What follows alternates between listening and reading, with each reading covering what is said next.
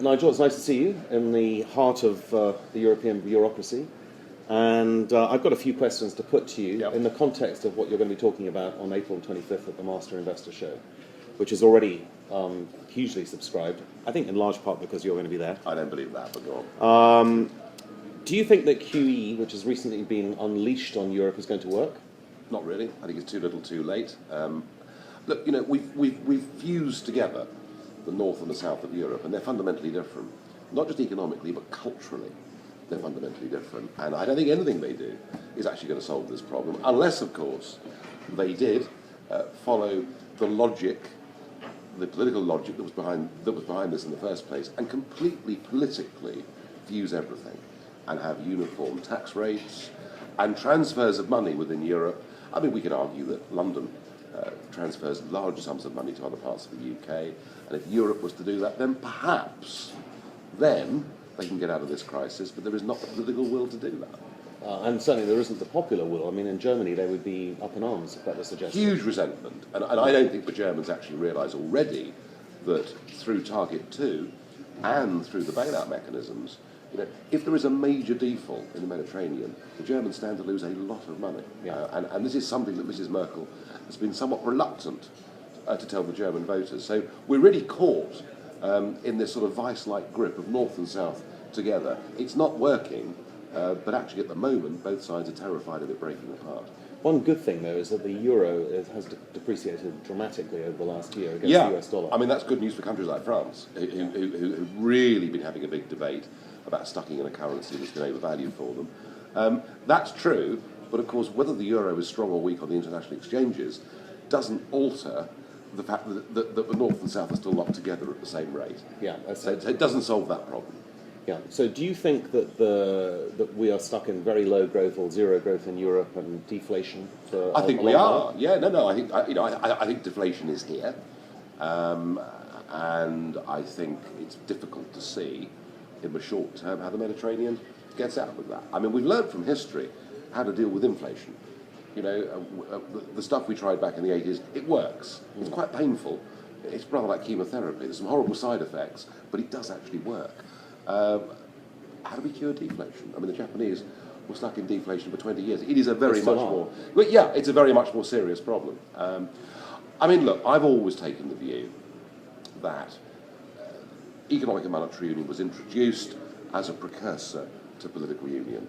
The people behind the project thought that as night follows day that would happen. What's becoming increasingly clear, whether it's the vote of Syriza, whether it's what's happening in the streets of Madrid, whether indeed it's what's happening in the streets of Germany and elsewhere, there is a genuine popular uprising from the left and the right rejecting the ideology of the European project. In the end, it's politics that changes things. You know, the economics may be a trigger, but it's politics that changes things. There is this massive game of poker now taking place, you know, between the new Greek government and effectively the Germans who are dominating the conversation in Northern Europe. I don't know which way it's going to go, but I don't see the Northern European countries being able to write off a whole load more debt. I just don't think that's possible. They can probably extend and pretend for a while. They can probably, Alex Stubb from Finland did give a hint. You know, you can extend by 10 years, 20 years, 30 years. But I don't think that's going to be good enough for the Greek people. And don't forget, I mean, Syriza have been elected. If this guy, if Speras now lets down these millions of Greek people that have voted for him, they will be on the streets and angrily on the streets. So it's a difficult situation. I actually think, and I've said for years that the euro would take longer to break up than anybody thinks, such as the political will behind the project. But I do now think for the first time it's quite realistic to say that Greece may not be part of the euro for the end of this year. What about the alternative, which is that Germany leaves the euro and leaves all the rest of them in a sort of new euro, depreciated and the Germans won't do that. You don't think they will? No. The Germans, the political desire in Germany to be seen to be good Europeans is still very strong. Yes, there is now an AfD movement, and indeed we've seen street protests in Dresden and elsewhere on cultural more than economic matters. But no, the guilt of the 39-45 war still hangs heavily over Germany, and for the foreseeable future, they will try to be seen to be good Europeans. Now, UKIP is a sort of right of centre party in terms of economics, but most of these other European protest parties against the European Union are ultra left-wing or left-wing. Yeah. So how do you reconcile that? Well, actually, Euroscepticism back in the 1970s in Britain was Tony Benn and Dennis Skinner and those on the left, and indeed in those days the trade union movement. I mean, the original thought of the left in Britain was that the European project would be big businesses, big banks, and big government working together. I have to say, 40 years on, I think they're right. I do think they're right. I don't think the European Union is a capitalist project. I think it's a corporatist project. I'm not bothered. I mean, frankly, my view since 2005 has been that not only should Britain not be part of this union, but after the dishonest way when the Constitution was rejected, that they rebranded it as the Lisbon Treaty. I want an end to the European project. I don't believe in the European project. You believe in free trade, though, between Europe? Well, I believe in trade, but we have free trade all over the world. Well, more or less, yeah. We've had massive advances over 40 years with GATT and everything else, and the World Trade Organization. You can trade freely without the need to be in a political union. What about borders, though? Well, again, there are no precedents that say to have free trade, to have the free movement of goods and capital and services, that you have to have the free movement of people. I mean, look, when we joined the European Club, and we were joined up with countries like Germany and France and the Netherlands, effectively, none of us were particularly richer than the other. Maybe Germany was having a good time or France wasn't, but in reality, our education systems, our welfare systems were roughly equal. And 20 years on from Britain joining, there were no more foreign people in Britain than there were British people working abroad. It was roughly in equilibrium. The mistake was to let in 10 former communist countries. Countries like Romania, where the minimum wage is a tenth of what it is in the United Kingdom. And we've now reached a state where the total free movement of peoples is not just politically unacceptable in Britain, but oddly it's doing something to our relationship with the wider world, because it's now very difficult for the engineer from India or the doctor from New Zealand to get into Britain. We made it really tough for those guys because we have an open door to the south. For the pret-a-manger workers, basically. Well, it is the pret-a-manger workers, and there's no doubt many of the people that come work damned hard and are very good people, but I don't see why they should qualify for in-work benefits on day one. I note that much of their money is not spent on the high street, but actually gets sent back to the countries from whence they came. And of course, we have no control over criminal gangs and a whole host of other darker activities that open borders has meant. So what happens to the 3-4 million European Union citizens who are not British in the event of a UKIP government or a referendum that says Britain leaves the European Union? It's about 4 million. It's 4 million. It's about 4 million. And of course, before I answer that question, let me pose a question to you. Should those 4 million people be voting in a referendum on whether Britain stays part of the European Union? Well, that's my view. And when people ask me, well, if after May the 7th you've got a negotiating hand with Mr. Cameron or Mr. Miliband, although I think it's not looking very likely that it's going to be him, that's one of my key demands, is to make sure that actually it's British citizens that vote. I do not believe in retrospectively changing any law, and therefore it would be immoral and wrong to say to people who legally had come to Britain, you simply can't be here. We simply wouldn't do that. Right, so in other words, those 4 million can stay, but be much more selective about any future people coming in. What I want us to have in terms of immigration is an Australian-style point system. It's quite simple. You say you want people who've got trades and skills. You don't want people who've got life-threatening diseases. You don't want people who've got a criminal record. It's amazing that the Aussies say that, really, isn't it, with their history? And that's what you do. And then if you need workers, I mean, if you genuinely need people to come and pick cabbages, you issue 6-month or 9-month work permits. And that, to me, is the way forward. So in a way, it's like the old German Gastarbeiter system. Yes, although in the end... They were there forever, basically. They were there forever. But I mean, if you or I get a job in New York on a work permit, it is a time-dependent work permit, and we have to show we have an address to go to. And money in the bank. And we have to have a bit of cash, and we have to have some medical cover. And that seems to me to be rather sensible. Yeah. Okay, so Scotland is a kind of key issue in this coming election, or supposedly is going to be a key issue. And it's possible, likely actually, that the SNP will have more MPs than UKIP. So how are you going to have a key hand in the determination of what happens in this sort of quasi-coalition? Numerically, the SNP are taking seats straight off Labour. So if you like, it's the centre-left. The fact the SNP are winning seats off Labour does not add to the number of seats that are won by the centre-left in the British Parliament next time round. It is possible that Labour and the SNP could have a majority in the next Parliament, but I think it's very unlikely. I think it's very unlikely. So you think Cameron's going to get back in one? Well, I also think the nearer the election comes, the worse the Scottish problem is for Miliband, because there is a growing feeling in the north of England, particularly. Why does all this money get sent over our heads over Hadrian's Wall? You know, expenditure per capita much higher in Scotland than it is in England. And how is it that we still don't have an English voice in an English Parliament? And I think all of this could damage Miliband terribly in the run-up to May the 7th. I think right now the Conservatives will be the biggest party. Is that partly because of economics, that the economy is doing okay, it's not doing brilliantly? Well, you could argue the economy is doing okay, or you could look at our national debt, which Osborne has put up from 850 billion to 1.5 trillion. Yeah. And you could argue that actually, through massive bouts of quantitative easing, we've had an asset bubble which may have benefited property owners and people in the south of England, but actually this idea we've got good economic growth, go 50 miles from London and no one's seeing it. So we could argue, you know, I could argue back against that. The reason I think that the Conservatives will be the biggest party is because whatever he does politically, Cameron actually looks like a Conservative leader. And for a lot of Conservative voters, they find that reassuring.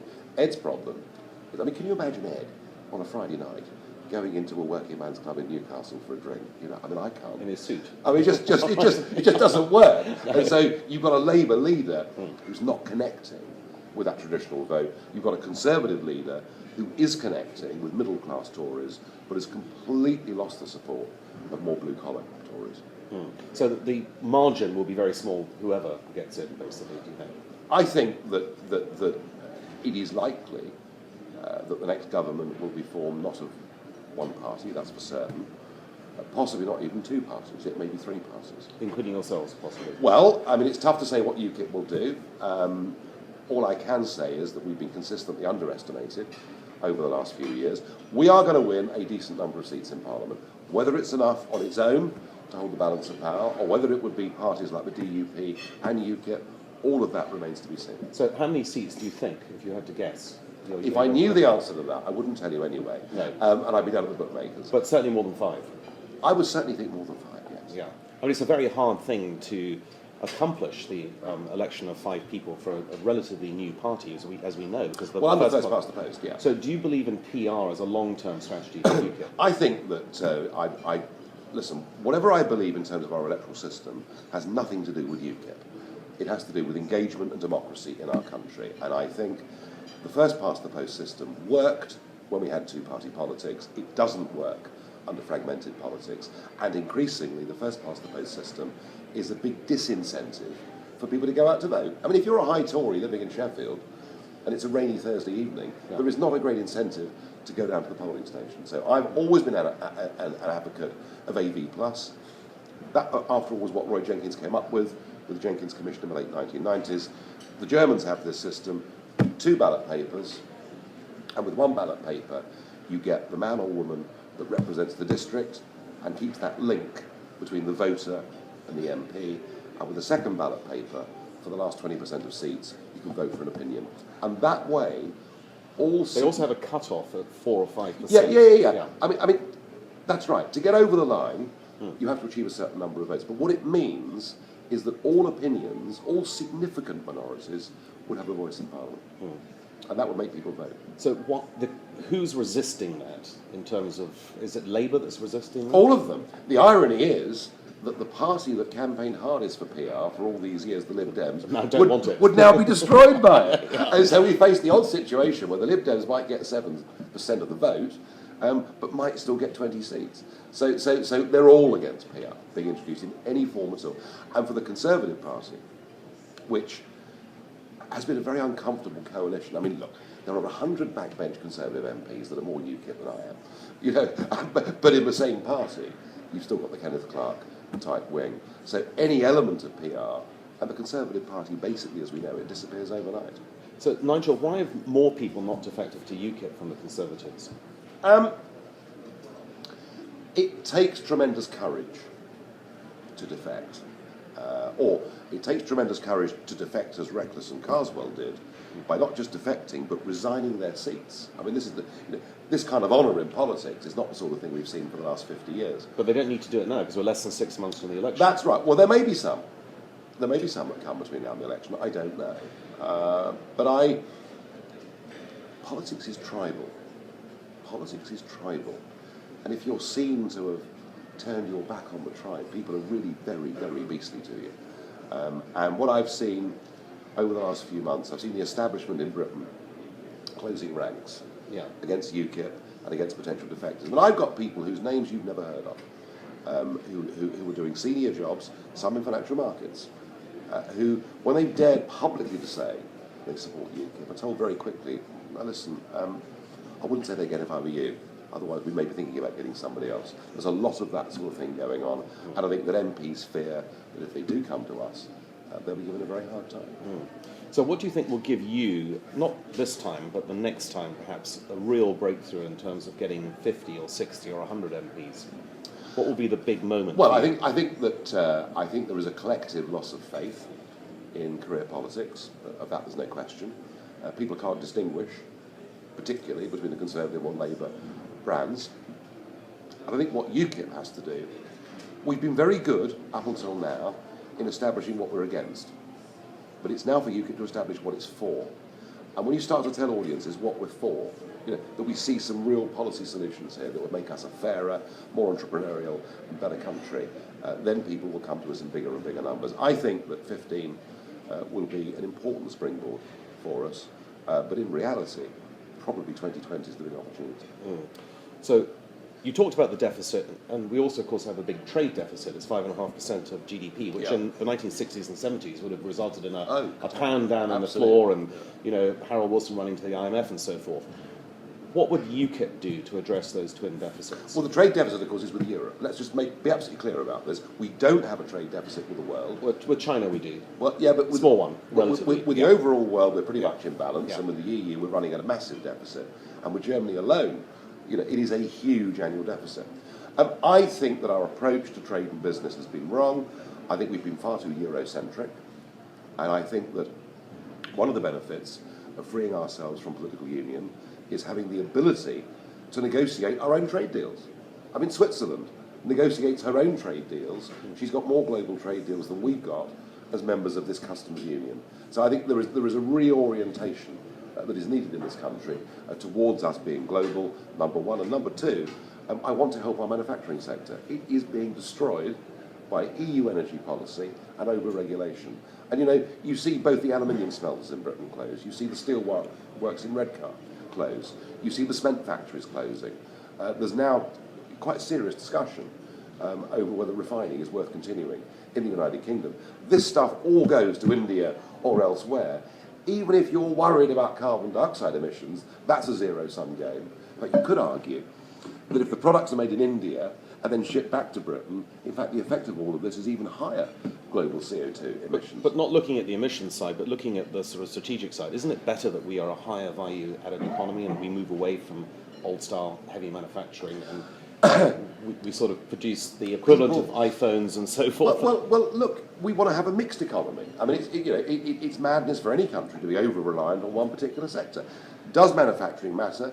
Do people still buy motor cars? Do they still want washing machines? Do they want all of these things?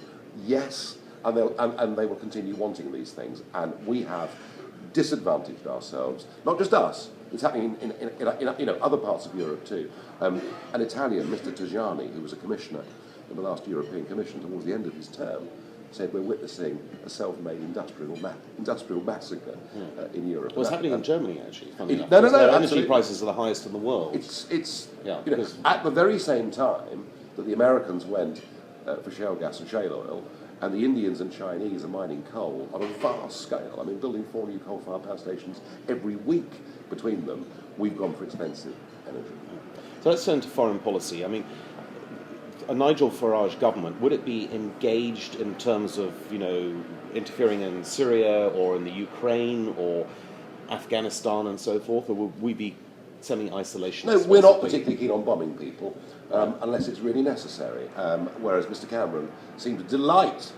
He and Sarko couldn't wait to bomb Tripoli and to remove Gaddafi and to make things very much worse in that country. I'm not a pacifist, far from it. I thought that the Falklands War was the right thing to do. I thought the first Gulf War was the right thing to do. I have been opposed to all the recent military interventions. I haven't seen how we could make things better. And we seem to be stuck, with the Americans particularly, into this idea that there are good guys and bad guys. William Hague fell into this trap in Syria. Assad bad, the rebels good. Let's back the rebels. Well, thank goodness we didn't back the rebels. And UKIP, our influence on that day in the House of Commons was huge. A lot of backbenchers very worried that what I was saying was closer to public opinion than what Mr. Hague was saying. So we didn't back the rebels, thank goodness. And of course, who did the rebels turn into? ISIS. Yeah. So this good guy, bad guy thing, I think it's a real mistake. I want us to be non-interventionist as much as possible. Mm. So would that mean reducing the size of the armed forces? No. Ironically, at the same time as we've engaged in more and more wars, we've slashed the size of our armed forces to a level where morale is frankly pretty catastrophic. I believe having appropriate but strong forces is rather like keeping up to date with your house insurance policy. There probably won't be a fire next year, but if there is, you jolly well better make sure you're covered. Okay, and then the National Health Service, of course, is the sacrosanct sort of sacred cow.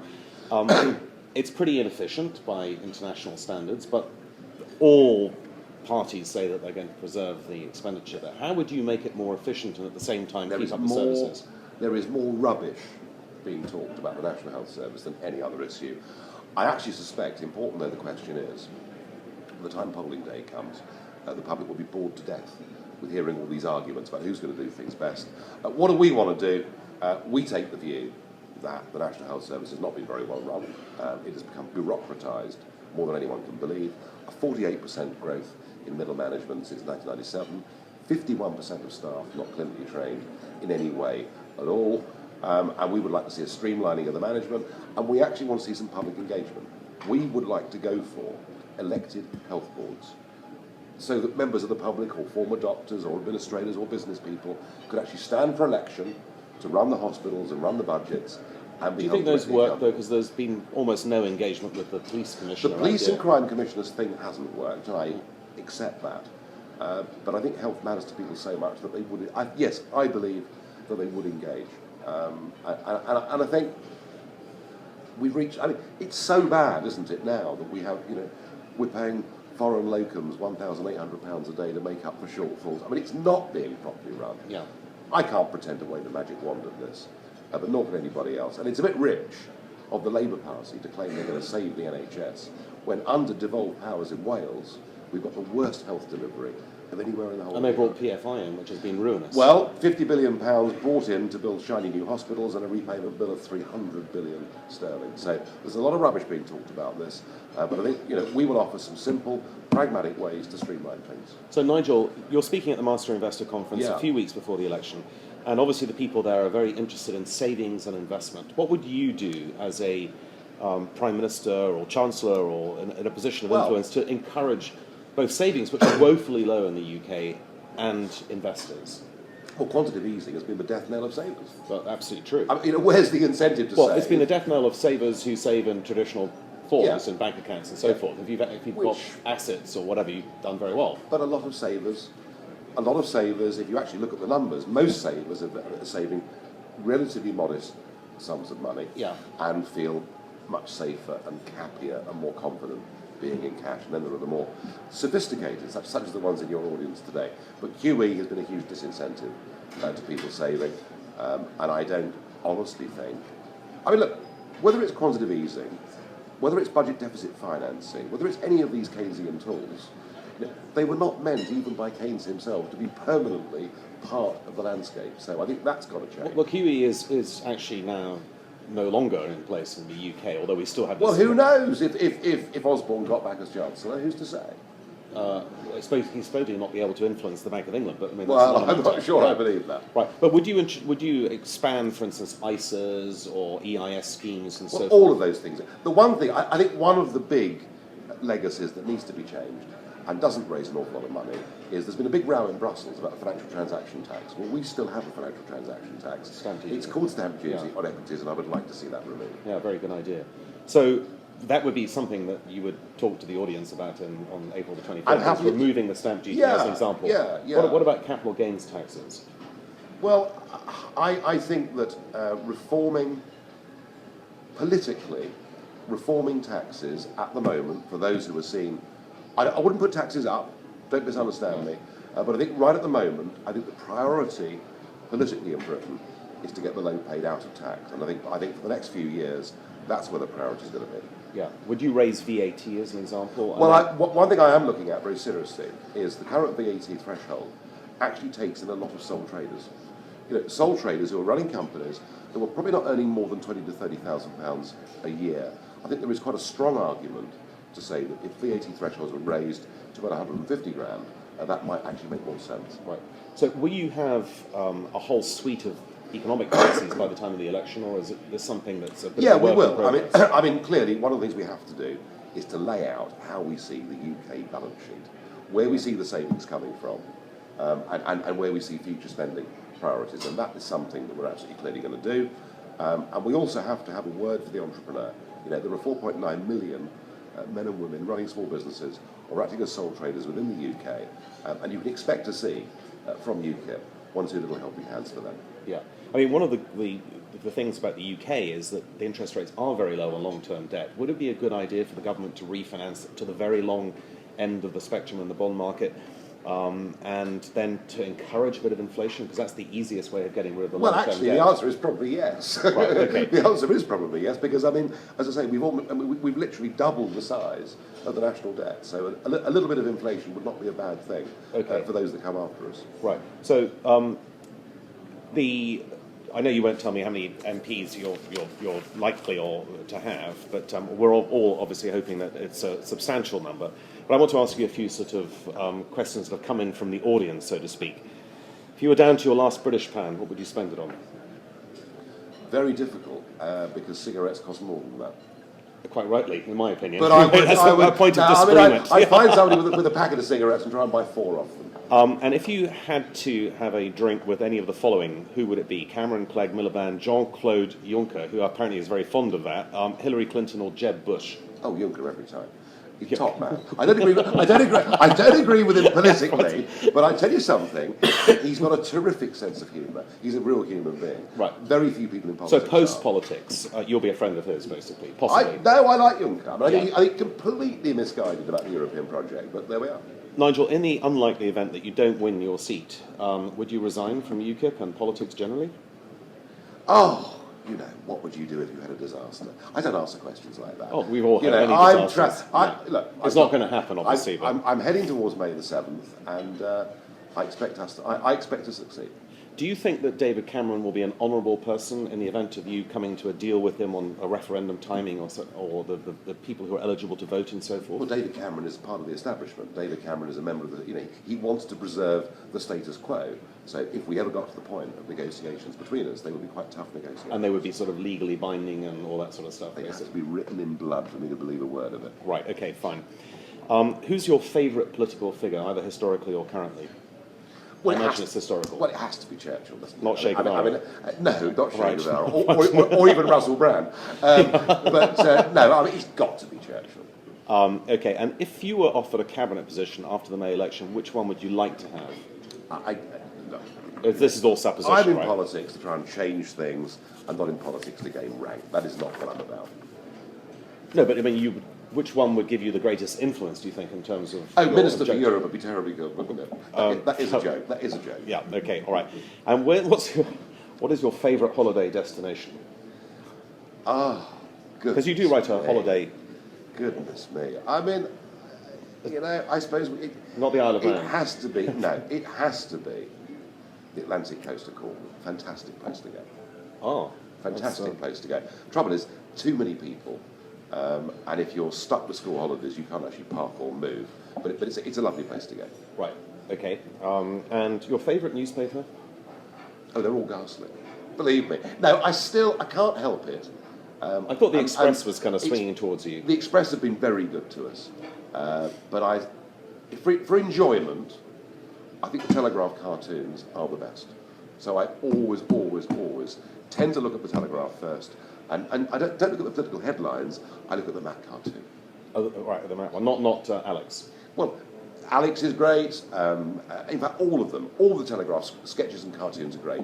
But somehow Alex gets you first thing, and it's always terribly good. And I did enjoy one last year. There was a chap with a sort of handlebar moustache and with a suitcase, and came back to his wife. He said, "They've expelled me from UKIP.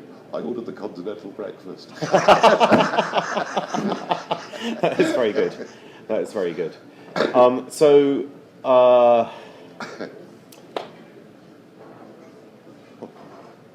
Al Murray. Oh, just nonsense. I mean, he's got a tour coming up. It's free publicity for him. So you don't think there's any chance he's going to split the vote? I don't think so, actually. I think if he turns up in parts of Ramsgate, the rougher parts where people aren't doing terribly well for themselves, they will probably look at him as taking the mickey out of them. Oh. And why did you choose Ramsgate? Because I've had a strong association with it politically for the last 16 years. I knew the area from childhood because my grandparents lived in East Kent. I stood there in 2005. I've worked very closely with the development of that branch, and crucially, on the same day as the general election, the whole of Thanet District Council is up for election as well. I've got a great team of local people. Doing this on my own will be hellishly difficult. I'm not in the same position as Miliband or Cameron. I've got to lead a national party, but also I've got to try and win a seat, and I can do it, I believe, with that local team. Okay. So on the last question is basically on the subject of Cameron, Miliband, and Clegg.